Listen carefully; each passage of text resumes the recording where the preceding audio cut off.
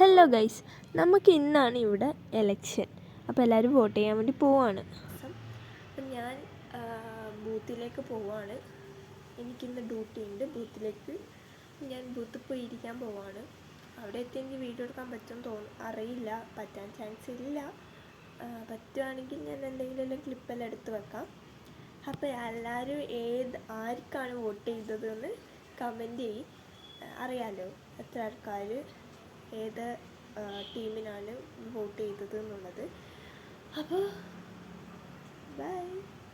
രാവിലത്തെ ഫുഡൊന്നും ആവാത്തതുകൊണ്ട് വെറും വയറ്റിലൊന്നും കുടിക്കാതെ പോകണ്ട വെച്ചിട്ട് ഒരു പാലൊക്കെ കുടിച്ചിട്ട് ഞാൻ അവിടെ എത്തി. അടുത്തുള്ള രാമൂരി UP സ്കൂളിലാണ് വോട്ട്.